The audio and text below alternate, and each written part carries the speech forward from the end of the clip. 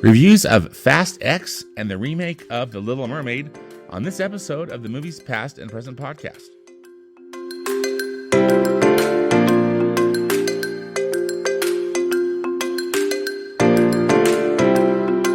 Hello and welcome to the Movies Past and Present podcast. It's May 27th, 2023, and this is episode 105. I'm your host, Stanford Clark, and I'm podcasting from the crossroads of the West in beautiful Salt Lake City, Utah. Just like my blog, moviespastandpresent.com, I'll be providing recommendations, commentary, and reviews about current and classic cinema. Thanks for tuning in, and let's do this thing.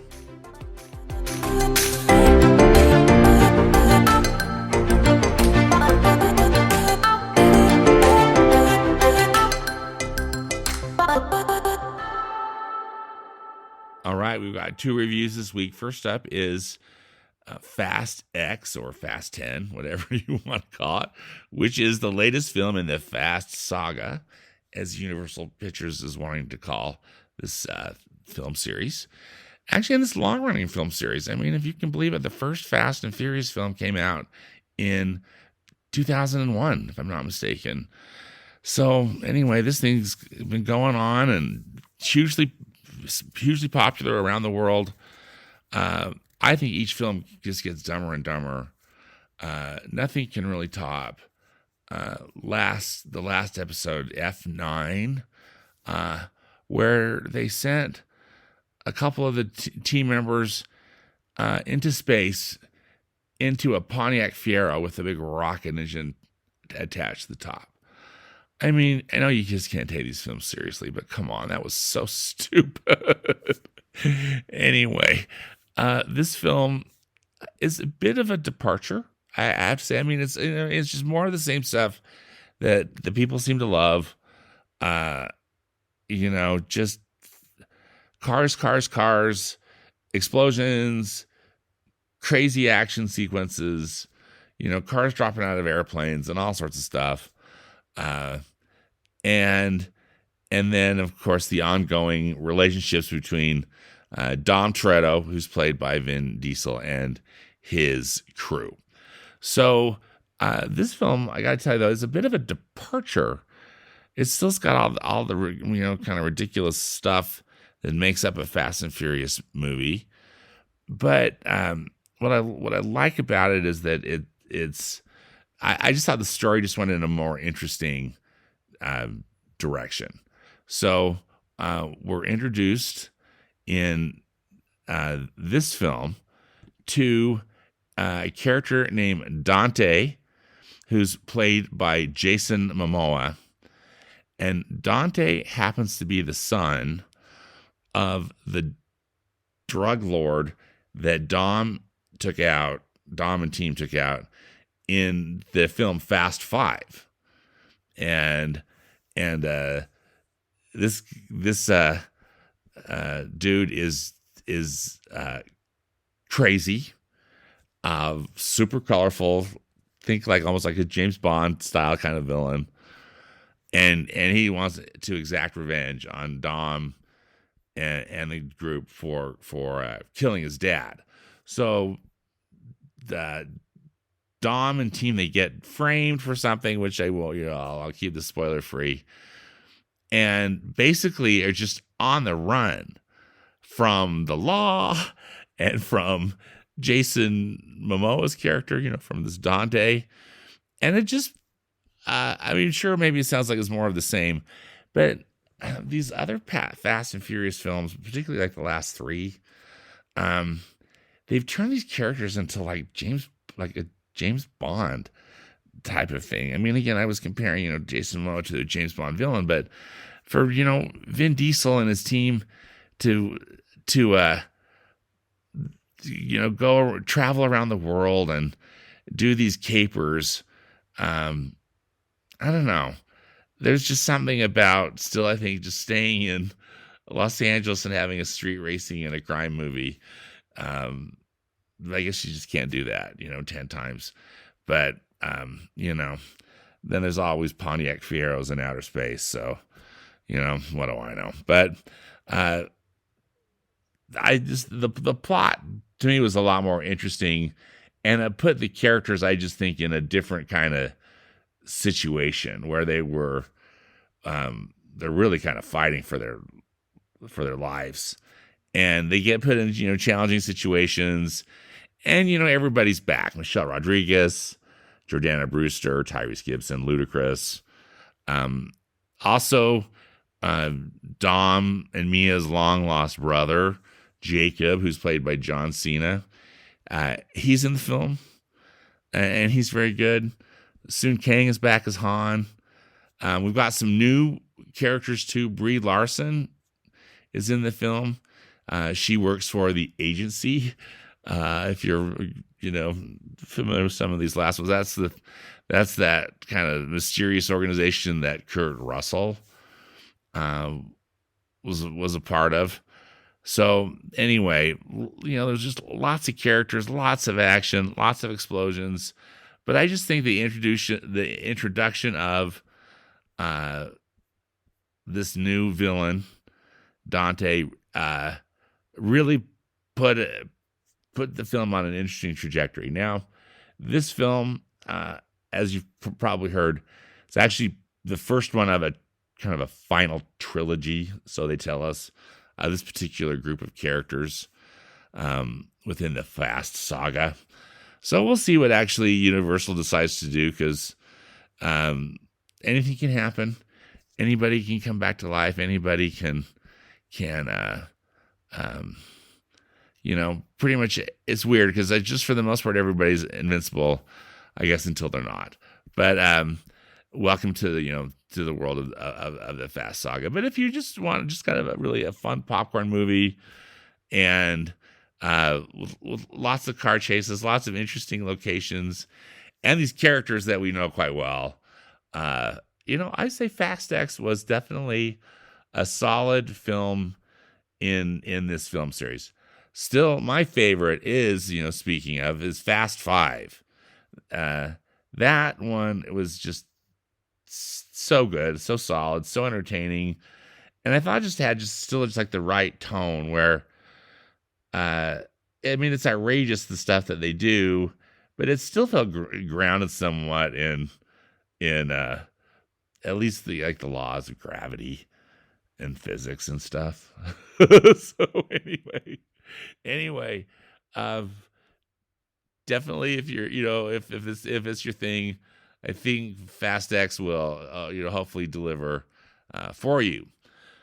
Next up is The Little Mermaid. So this is a remake of the beloved film from Walt Disney Animation Studios that came out in 1989, and that really revived animation at Disney, and became just wildly popular. And one of the things about it is just because the music and the story are so good. It's really, I remember seeing it, and it just felt a lot like a Broadway play and no duh, given that Alan Menken and Howard Ashman were the team that were behind it. Of course, it had the animated film had great directors in John Musker and Ron Clements, and beautiful animation, and just everything about it was it was a home run, right? So here we are now, and as Disney is hell bent on remaking every one of their animated classics into another film, and typically they're calling it live action. I don't really know about any mermaids, so it's photorealistic CGI with some actors, some actors. And I'm just happy to report that I think it's a really good movie. It's directed by Rob Marshall, and I honestly think that that's one of the big pluses about it, is that Rob Marshall is a good director. I think one of the best films that he did was 21 years ago, but he directed a film adaptation of the musical Chicago, and I think that's terrific. He also uh, directed Into the Woods and Mary Poppins Returns. But the dude knows how to direct a musical. And that I felt was the strongest thing about it, is just everything about how the camera moved and, um, the editing. And again, the performances that he gets out of everybody, because I'm sure that actually this is probably a hard thing for the actors to make, because they're probably on, some kind of a blue screen set. I've got to look for some behind the scenes stuff, which I know is starting to appear. But overall, I thought it looked that the reason that it's so good is, number one, I guess really should say that the source material is terrific, and to their credit, they really stuck with the most part to the source material. Now, not with some kind of a slavish thing like that CGI Lion King that came out, what was that, 4 years ago?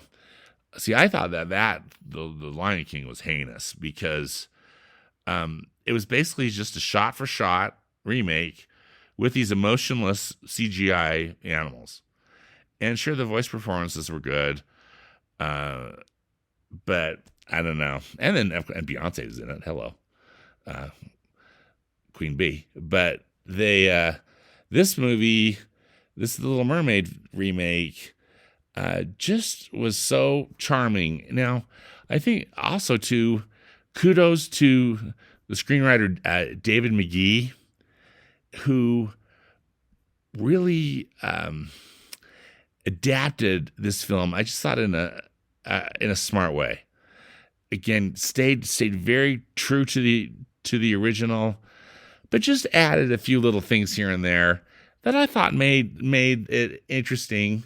And again, not just a shot-for-shot remake, but it added some interesting backstory. Probably the most interesting was to Prince Eric, the character Prince Eric, but not just like some heinous thing like, let's give Ursula this tragic backstory, and she's really, Ursula the Sea Witch is really just a nice person who's misunderstood. There's none of that. Ursula's bad, and speaking of Ursula, she's deliciously played by Melissa McCarthy, and I thought Melissa McCarthy was great. Again, you can't beat Pat Carroll, who was the voice actor for the animated one, and the great animation that was done on Ursula.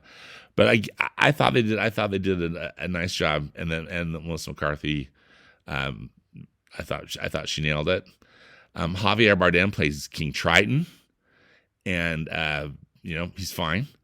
Daveed Diggs plays Sebastian, the talking crab, and he's very good too. And really nails, I think, the Under the Sea number, which is a big splashy piece in the film, in the animated film, and again in this one. Awkwafina voices Scuttle, the seagull, who's like the know-it-all seagull, the know-it-all seagull, but he really doesn't know anything. That's the way the character is in both the animated one in 1989 and this new one. I really like Awkwafina, and I think she's funny. If there is a miss in this film, it's probably Awkwafina. I just didn't love what they had her character do. And she also has a musical number that it's a rap, and it just, to me, that it didn't really land. But a minor detail that does not sink the film by any means. Speaking of new music, there are 3 new songs, if I'm not mistaken, that Alan Menken wrote the music for, and Lin-Manuel Miranda wrote the lyrics. Now, this is Lin-Manuel Miranda's favorite. This is his favorite film as a kid, and maybe it still is. Or you should say the 1989 animated film. He named his first kid Sebastian. If you didn't know that, but so Prince Eric gets a song, Ariel gets a song, and a new song, I should say, and then this kind of weird thing that Scuttle does, the Lin-Manuel Miranda rap. Um, for me, the most successful of the new songs is the song they gave to Prince Eric, and it's a great song, number one, but also um, beautifully filmed and edited. And again, I attribute that to Rob Marshall, who knows how to make a musical. So you know, I was honestly expecting to hate this film, and I left the theater smiling and thinking it was pretty great. So, if these Disney live action remakes don't drive you crazy, this one is solid. And I really should say, and just as a final note, that the actress Halle Bailey, who plays Ariel, is just terrific, and that girl can sing. When she sings "Part of Your World," which is really, I think, the big number of the movie, she just nails it. And that's been a frustrating thing to me about some of these Disney live action remakes, particularly their remake of Beauty and the Beast.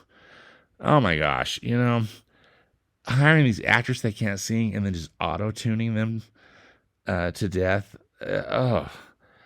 It was just so cringeworthy and so frustrating, because again, here are these absolute, iconic and wonderful songs that just get butchered because the people can't sing them. But is not the case in this one. All the leads can sing, and particularly Halle Bailey, and she is marvelous. So anyway, both Fast X and The Little Mermaid are playing exclusively in theaters, and might be a fun addition to your Memorial Day weekend plans.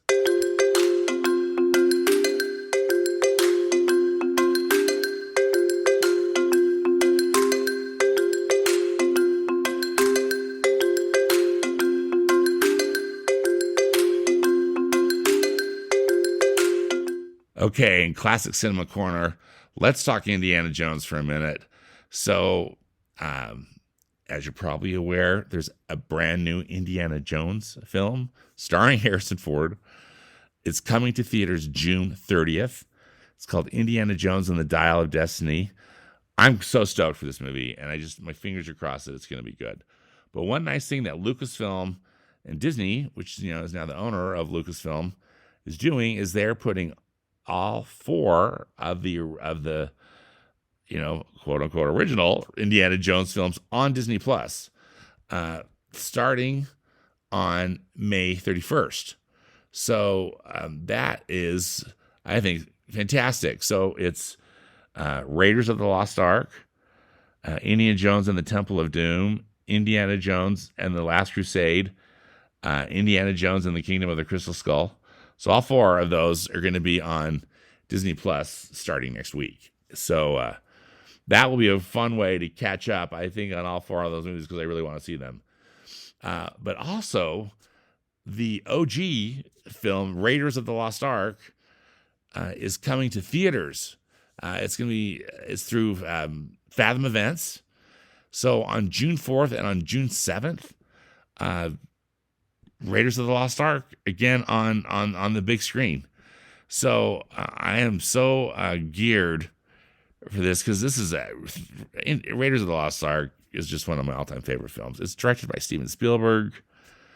Great story by George Lucas, and both of these guys were in their prime. And it's just one of the best action movies, I think, ever put on film.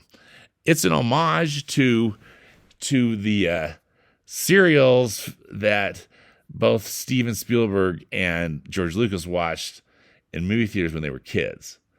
And it's just a delightful action film, and just nothing's better. So check fathomevents.com. I'll have a link to it in the podcast notes on my blog. But Raiders of the Lost Ark in theaters June 4th and June 7th. This month's, June's Fathom big screen classic screen movie is Hairspray. And it's the original Hairspray, the non-musical one. I love the musical one. They turned Hairspray into a Broadway play, which then got made into a really great movie. But they're celebrating the 35th anniversary of Hairspray. And as you know, this story is set in 1962 in Baltimore, and a teenage girl is trying to number one, she wants to get on this dance show that's kind of like an American Bandstand type of show. But it really turns into a story about racial discrimination. It's directed by John Waters, who's just made lots of kind of bizarre cult movies. It stars Divine in his or her / last role as the mother of the main character, and Ricky Lake. I don't even remember if you remember Ricky Lake, who had a TV talk show for a while. I think it was in the 90s, but anyway, she does a great job playing this daughter, and really kind of the heroine of the film. I can't say I've seen a lot of John Waters films. I've seen some, and by far, I think Hairspray is the most approachable of his work. And I think one of the things I really actually respect about Hairspray, both this version and the musical version, is they tackle some pretty serious issues regarding racial discrimination, but in a way that doesn't just hit you over the head. It makes you think while you're, enjoying a good movie. But I think it's really well crafted. And if you haven't seen this particular version, it's worth seeing. I think sometimes it's in the rotation on Turner Classic Movies. I know it got played actually on Mother's Day. I watched it on Mother's Day on TCM. But still, the 35th anniversary of Hairspray will be in theaters on June 11th and June 14th. More information is on fathomevents.com, and I'll have a link. I'll have a link to the podcast notes, or in the podcast notes on my blog. One final thing I think to mention about Fathom Events is that the Studio Ghibli Fest of 2023 continues. And what they're doing for this year of Studio Ghibli Fest is they are showing films that are directed by Hayao Miyazaki. And the one for June is Kiki's Delivery Service. So this is a cute coming of age story about a resourceful young witch who uses her broom to create a delivery service. It's a cute movie. It's not my favorite Miyazaki movie, but being able to see a Miyazaki movie on the big screen is definitely something that's worth considering. So Kiki's Delivery Service is going to be on screen on big screens June 11th and June 14th. Again, it's part of the Studio Ghibli Fest of 2023. And, actually, as I'm looking a little closer on the website, it looks like they've added a day. So June 11th, June 12th, and June 14th are all days that you can see Kiki's Delivery Service on the big screen. Check fathomevents.com. I will have, again, links to that in the podcast notes on my blog.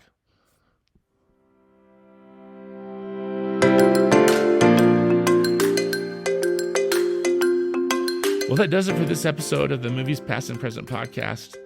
Again, links and more information about the movies discussed in today's podcast can be found in the podcast notes on my blog at moviespastandpresent.com. Subscribe to the podcast on Apple Podcasts, Spotify, Google Podcasts, and Stitcher. Links are also on the blog. And follow me on Instagram. My handle is @moviespap, as in past and present. I hope you'll enjoy some good movies this week, whether they be from the past or the present. Thanks again for listening, and until next time, be safe out there and dedicate yourself to the truth.